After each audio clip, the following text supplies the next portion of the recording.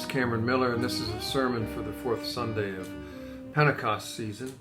The lectionary readings for this week include Jeremiah 20, 7 through 13, a poem entitled Dust by Dorianne Lau, and Matthew 10, 24 through 39.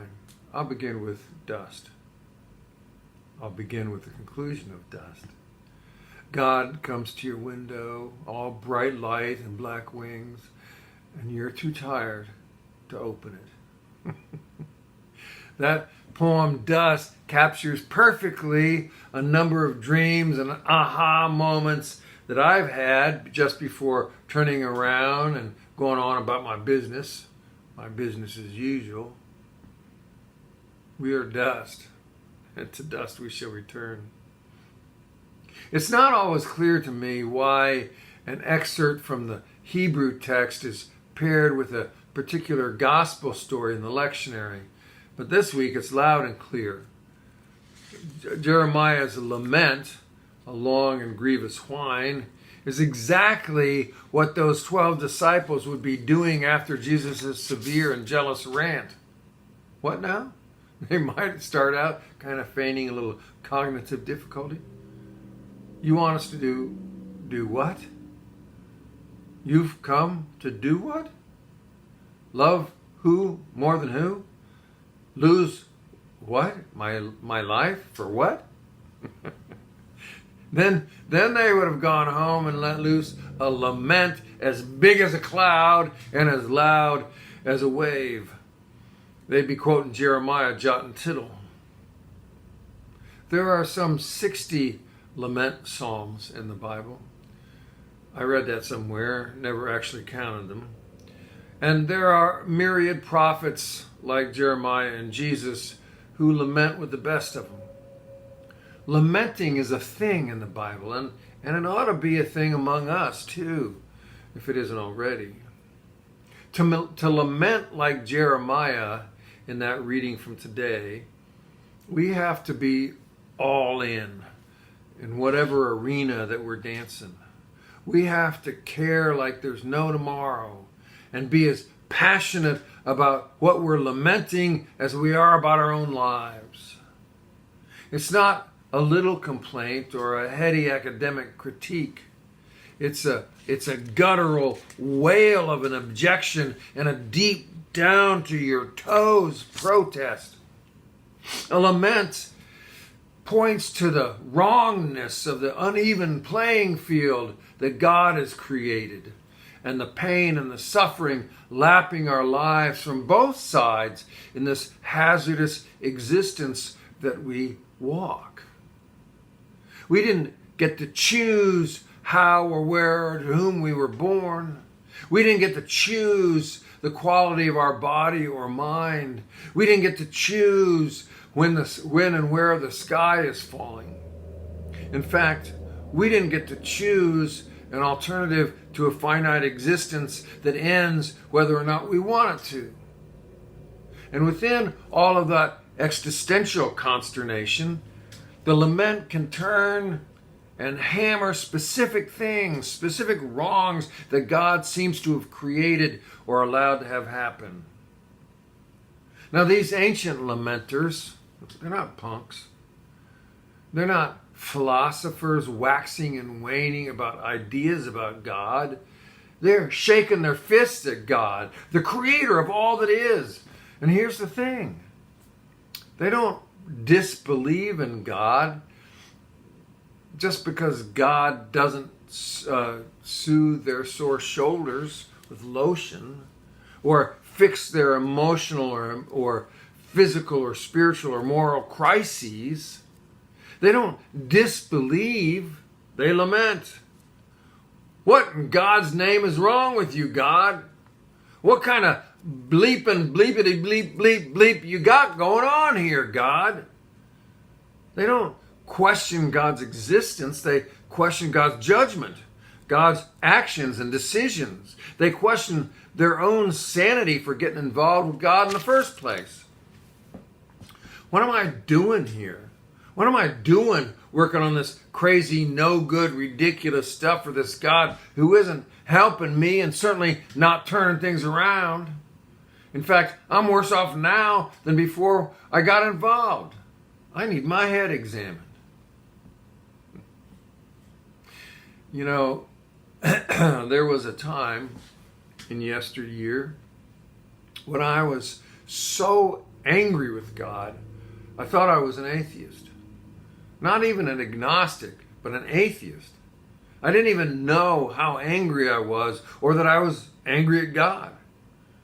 Looking back on it, it seems kind of silly and petulant, embarrassing really, that I was so angry given the level of privilege I had as a white heterosexual male born into a middle-class American household where I was loved, even if not the way I wanted to be loved. But that's the thing about a lament. It's deeply human. No one else gets to judge or even know the depth of our personal pain or sorrow or grief. It isn't measurable. Those kind of things aren't quantifiable. They're not comparable or justifiable or unjustifiable.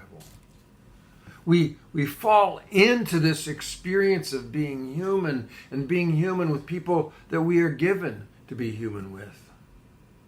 And we each have raw wounds from some of that experience. Wounds inflicted upon us and wounds that are self-inflicted. But it doesn't matter which, because they're all still painful wounds. And so we have a lament inside. A lament aimed at God for some particular pain that we have, that is ours and ours alone. Our pain, our struggle, our particular challenge, our personal grief or sorrow or anger. I don't care who you are, or how mature you are, or how self-differentiated you may be. You have a lament inside too. And even if your rational mind won't allow you to go there, it is aimed at God. It's gilded with blame and aimed like a howitzer at the one who created all this and who knows you and your pain, just like the one knows how many feathers are left on a sparrow at your feeder. Now, that's a lot of metaphor. And I do not know how much God knows about any of this territory we walk as human beings. But I do know that a lament holds God accountable. As part of our spiritual practice, laments are really valuable. Being in touch with the laments we have inside, we don't have to create them or find them. We have them. But to be in touch with the laments we have inside will enliven our relationship with God. And getting in touch with our laments we have ignored or have denied will enliven our relationship as well. It's also important to note that many, if not most, of the biblical laments somehow turn on a dime and end up in gratitude. They begin by fist shaking and blaming and blame escaping, and then they end with thank you. I appreciate the gifts you've given me. Laments are honest that way. We hold both at one and the same time, blame and anger with awe and gratitude. Blame and anger raise the temperature of our investment, while awe and gratitude cool it to warmth. So that is lament, a real category of spirituality we almost never talk about for some reason. I highly encourage shaking your fist at God when the stakes are high and our ignorance is blinding, and then eventually embracing our cosmic ignorance with a grinning, well, thank you. Now, as for Jesus' blistering rant in the Gospel of Matthew, I haven't got a clue. Honestly, I could take it apart and contextualize it and add a little sweetener to make it go down better. But why do that? I think it's great just as it is. Tough talk about how hard it is to create the kingdom of God on earth as it is in heaven. So I commend Matthew's Jesus speech to you just as it is, for a little personal contemplation. And if you do that, it may just get you in touch with a lament or two. I'll leave the tough talk from Jesus with this. Also from the poem Dust. Someone spoke to us last night, told us the truth, just a few words, but we recognized it.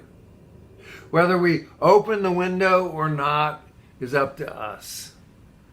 A moment-by-moment decision, I'm sure. Thank you for being here. I wish you peace.